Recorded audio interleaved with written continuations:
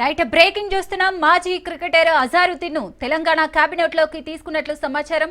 జూబ్లీహిల్స్ ఎన్నికల వేళ కాంగ్రెస్ హైకమాండ్ కీలక నిర్ణయం తీసుకున్నట్లు తెలుస్తోంది. బీహార్ ఎన్నికల కోణంలో కూడా మైనారిటీ కోటాలో అజారుద్దీన్ కు తెలంగాణ నుంచి కేబినెట్ బర్త్ ఖాయం చేసినట్లు తెలుస్తోంది.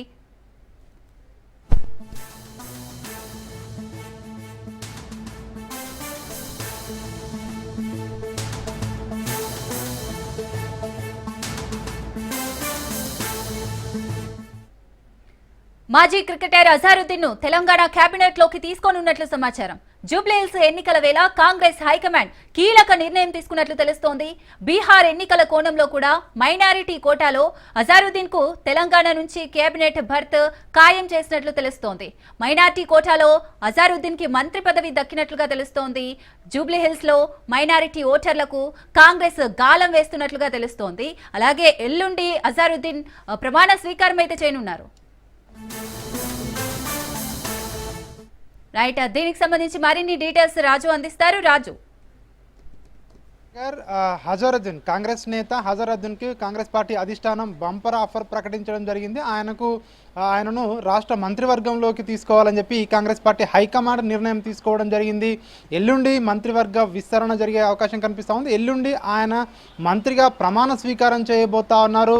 ఆయనకు మంత్రి పదవి దక్కడానికి ప్రధానంగా ఆయన మైనారిటీ కోటా, అదేవిధంగా హైదరాబాద్ నుంచి మంత్రివర్గంలో ప్రాతినిధ్యం లేదు, అదేవిధంగా మైనారిటీల నుండి కూడా రాష్ట్ర కేబినెట్లో ప్రాతినిధ్యం లేదు. కాబట్టి ఈ రెండు అంశాలను బేరీజు వేసుకొని అధిష్టానం ఈ నిర్ణయం తీసుకోవడం జరిగింది. ఎల్లుండి కేబినెట్ విస్తరణలో హజారుద్దీన్ మంత్రిగా ప్రమాణ స్వీకారం చేయబోతా ఉన్నారు. ప్రధానంగా ఈ విషయంలో కాంగ్రెస్ పార్టీ హైకమాండ్ వ్యూహాత్మకంగా ఆలోచించిందని చెప్పి మనం అనుకోవచ్చు. ఎందుకంటే ఒకవైపు బీహార్ ఎన్నికలు జరుగుతూ ఉన్నాయి, దాంతోపాటే జూబ్లీహిల్స్ ఉప ఎన్నిక కూడా జరుగుతూ ఉంది. అదేవిధంగా ఇక్కడ జూబ్లీహిల్స్లో, అదేవిధంగా ఇక్కడ బీహార్లో ముస్లిం ఓటర్లు పెద్ద ఎత్తున ఉంటారు. ముస్లిం ఓటర్లు ఈ అభ్యర్థుల గెలుపులో నిర్ణయాత్మక శక్తిలో ముస్లిం ఓటర్లు ఉంటారు. ముస్లిం ఓటర్లను ప్రసన్నం చేసుకోవడానికి కాంగ్రెస్ పార్టీ వ్యూహాత్మకంగా అడుగులు వేసిందని చెప్పి కూడా హజారుద్దీన్ విషయంలో మనం చెప్పొచ్చు. ఎందుకంటే హజారుద్దీన్కి మంత్రి పదవి ఇచ్చే విషయంలో చాలా రోజుల వరకు కూడా ఇప్పటి వరకు కూడా కాంగ్రెస్ ప్రభుత్వం రాష్ట్రంలో అధికారంలోకి వచ్చి 2 సంవత్సరాలు గడుస్తూ ఉన్నా కూడా ఇంకా పూర్తి స్థాయిలో మంత్రివర్గ విస్తరణ జరగలేదు. ఇంకా 3 బెర్తులు మంత్రివర్గంలో ఖాళీగా ఉన్నాయి. ఇటీవల జరిగినటువంటి మంత్రివర్గ విస్తరణలో 6 ఖాళీలకు గాను 3 ఖాళీలనే భర్తీ చేయడం జరిగింది. ఇంకా 3 ఖాళీలు ఉన్నాయి. ఈ 3 ఖాళీలలో ఒకదాన్ని మైనారిటీ నేతకు ఇవ్వాలని చెప్పి కాంగ్రెస్ పార్టీ అధిష్టానం నిర్ణయం తీసుకోవడం జరిగింది. ప్రధానంగా జూబ్లీహిల్స్ ఎన్నికల్లో ముస్లిం ఓటర్లు నిర్ణయాత్మక శక్తిలో ఉండడం, అదేవిధంగా వారి గెలుపును శాసించే రీతిలో కూడా ఆ ఓటర్లు ఎక్కువ శాతం జూబ్లీహిల్స్ నియోజకవర్గంలో ఉంటారు. ఇవన్నీ కూడా బేరీజు వేసినటువంటి కాంగ్రెస్ పార్టీ అధిష్టానం కీలకమైన నిర్ణయం తీసుకోవడం జరిగింది. ఒకవైపు ఈ యొక్క బైపోల్లో ఆయన పోటీ చేయాలని చెప్పేసి కూడా మొన్నటి వరకు కూడా హజారుద్దీన్ తీవ్రంగా ప్రయత్నించడం జరిగింది. ఎందుకంటే గతంలో కూడా ఆయన 2018లో ఆయన ఇక్కడ పోటీ చేయడం జరిగింది. పోటీ చేసి ఓడిపోవడం జరిగింది. అయినా ఈసారి బై ఎలక్షన్స్ వచ్చాయి కాబట్టి ఖచ్చితంగా తను కంటెస్ట్ చేస్తా అని చెప్పేసి కూడా అధిష్టానం వద్ద కూడా తన ప్రతిపాదనను ఉంచడం జరిగింది.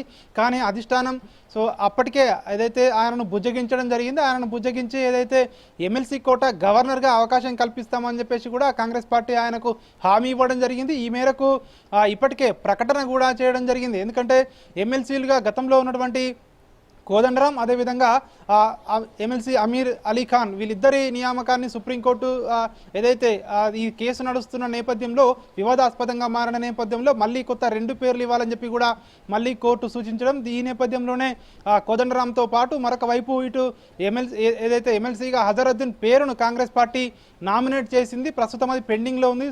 రేపో మాపో దానికి సంబంధించిన ఉత్తర్వులు కూడా రాబోతా ఉన్నాయి. ఈ నేపథ్యంలోనే మరొక వైపు మంత్రిగా క్యాబినెట్లోకి మైనారిటీ నేతను తీసుకోవాలని చెప్పేసి కూడా కాంగ్రెస్ పార్టీ నిర్ణయం తీసుకోవడంతో ఇది కాంగ్రెస్ పార్టీ ఎట్లా భావిస్తూ ఉందంటే, ఒకవైపు తెలంగాణ ఉప ఎన్నికల్లో ఇది ఖచ్చితంగా ముస్లిం ఓటర్లను కాంగ్రెస్ పార్టీ దక్కించుకునే విధంగా స్కెచ్ వేయడంతో పాటు ఇక్కడ బీహార్లో కూడా ఖచ్చితంగా ముస్లిం ఓటర్లు కాంగ్రెస్ పార్టీకి మద్దతు ఇచ్చే విధంగా కూడా ఇది ఉపయోగపడుతుందని చెప్పేసి కూడా కాంగ్రెస్ పార్టీ భావిస్తూ ఉంది. ఈ జూబ్లీహిల్స్ బైపోల్ సమయంలో ఒక మైనారిటీ నేతకు, ముస్లిం మైనారిటీ నేతకు, అది హైదరాబాదీ నేతకు క్యాబినెట్లో అవకాశం కల్పించడం వల్ల ఖచ్చితంగా ఇది ముస్లిం ఓటర్లపై తీవ్ర ప్రభావం చూపిస్తుంది. ఖచ్చితంగా రాబోయే రోజుల్లో కాంగ్రెస్ పార్టీకి ఈ యొక్క వర్గానికి సంబంధించినటువంటి ప్రజలు అండగా ఉంటారని చెప్పి కూడా కాంగ్రెస్ పార్టీ భావిస్తూ ఉంది. మరొక వైపు గత 2 సంవత్సరాలుగా కూడా కాంగ్రెస్ పార్టీ అధికారంలోకి వచ్చిన తర్వాత ఏదైతే మైనారిటీ నుంచి ముస్లిం నుంచి ఒక్కరు కూడా ఆ మంత్రివర్గంలో ప్రాతినిధ్యం లేదు అని చెప్పేసి కూడా ఆ వర్గం నుంచి ప్రజలు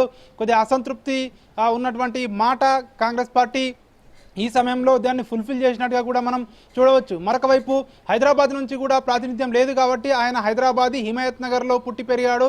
సో ఇక్కడ నుంచే ఆయన పుట్టి పెరిగి అంతర్జాతీయ క్రికెట్లో కూడా ఆయన కీలకంగా భారతదేశం తరపున ఆయన ఆట క్రికెట్ కూడా ఆడినటువంటి ఆట ఆయన సుపరిచితుడు ప్రపంచవ్యాప్తంగా. సో ఈ నేపథ్యంలోనే ఆయన కాంగ్రెస్ పార్టీలో చేరడం, కాంగ్రెస్ పార్టీ కూడా ఆయనకు సముచిత గౌరవాన్ని ఇస్తామని చెప్పి కూడా గతంలోనే ప్రకటించడం జరిగింది.